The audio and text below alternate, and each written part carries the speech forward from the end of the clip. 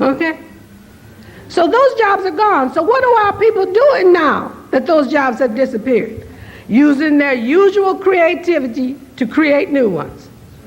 But where is the opening for these new creative endeavors? In drugs. All right. We don't have a drug policy in the United States. I know you know better than that. All right. We don't have a drug policy. We got a prison policy, but no drug policy. 80% of the cocaine used in the United States is used by white people. Right. 80%. But look at television every night. Do you see them going to jail? No. Because that's not the way the business is structured. All right. You see, the drug industry is now a part of the gross national product. And they can get rid of it if they wanted to. Everybody's, mad at Kurt Schmoke because he said, and Joycelyn Elders because they're talking about legalizing drugs. Ain't nobody gonna legalize drugs. You don't have to take those two people seriously. It's not gonna happen because people make too much money off it. Not us.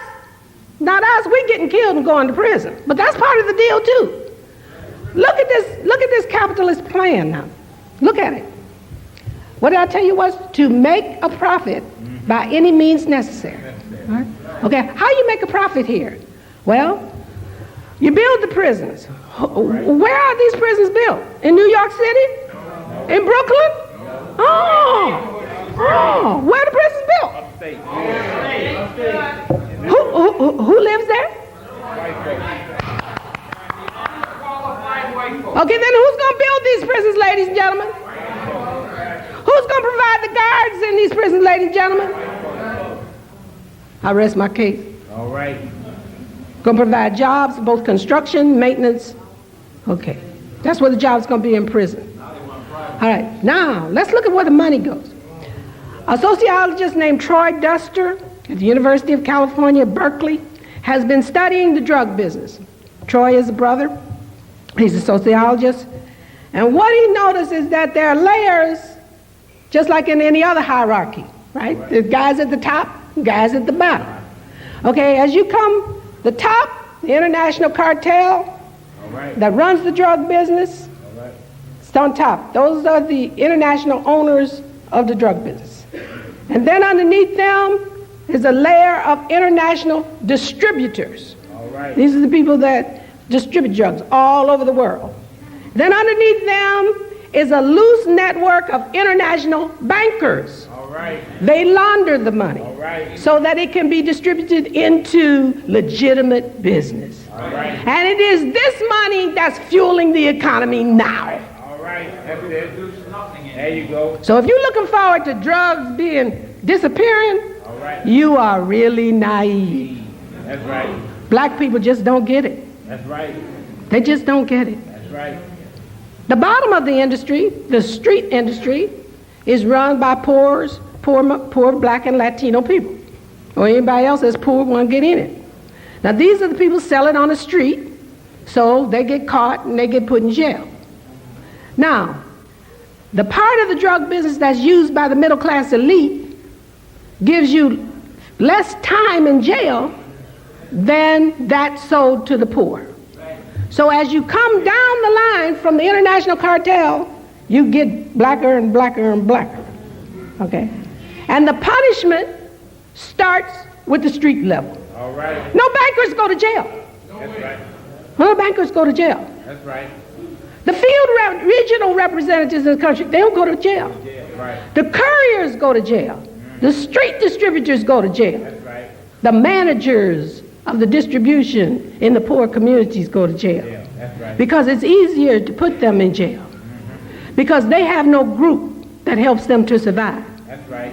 So these people come from the dysfunctional groups in the society. All right. These are the groups whose culture doesn't save them. All right. All right.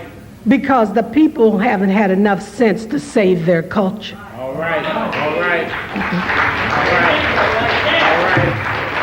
All right. Black people just don't get it. All right. We just don't get it. We just don't get it. All right.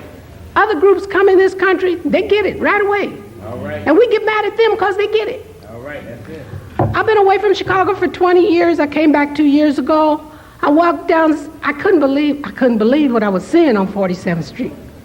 The stores are all owned by Arabs and Koreans. These were stores that used to be owned by black people. Now none of them are. They work from dawn to sunset. They're in these stores all day long selling us what we need. They have their families working in there. They don't hire nobody. Black people out there picketing talking about they don't hire no black people. Ain't nobody in there. Everybody's related. They're all family. I said, how you going to get a job in there? You're not Korean, fool. That's right. That's right. You got to be in their family to work there. That's right. When the Nation of Islam began buying up 79th Street in Chicago in the 1960s, I thought we finally had gotten it. All right. But this effort was lost in the usual ego struggles of African American men. All right. Ego struggles have spoiled more freedom efforts in my lifetime than I would care to stand up here and talk to you about. Thank you very much.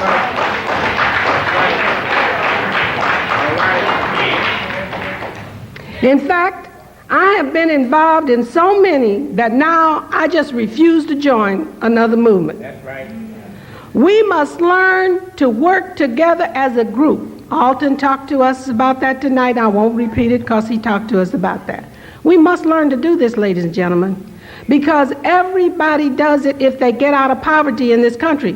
They work together as a group. They work together as a group.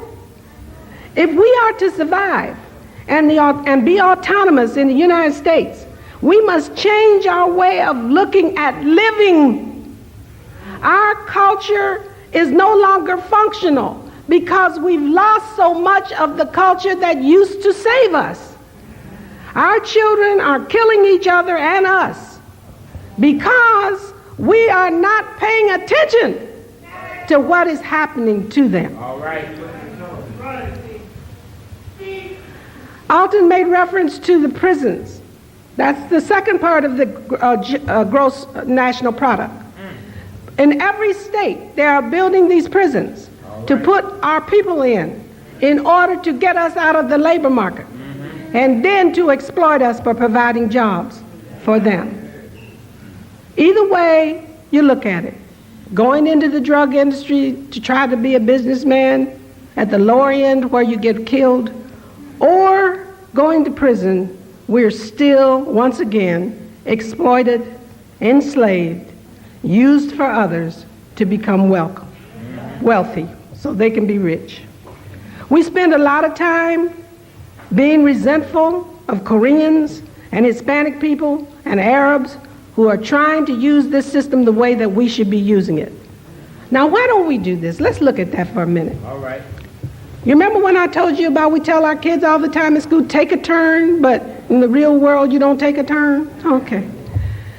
We also teach our kids that there's something wrong with being separate. As soon as we get a little money, we want to be as close to white people as we can get. All right. We want to live in their neighborhoods. We want to go to their schools. We want to marry them. We just got the problem. All right. We just have the problem. We don't like us, right? We don't like us. That's a big problem, ladies and gentlemen. It's a big problem. As soon as we get a little bit of money, we want to run away from us.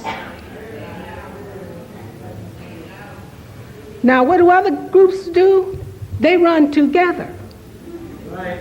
And the first stage of that inclusion model is called separatism. And they come together because they have a common culture that saves them from these obstacles. Right?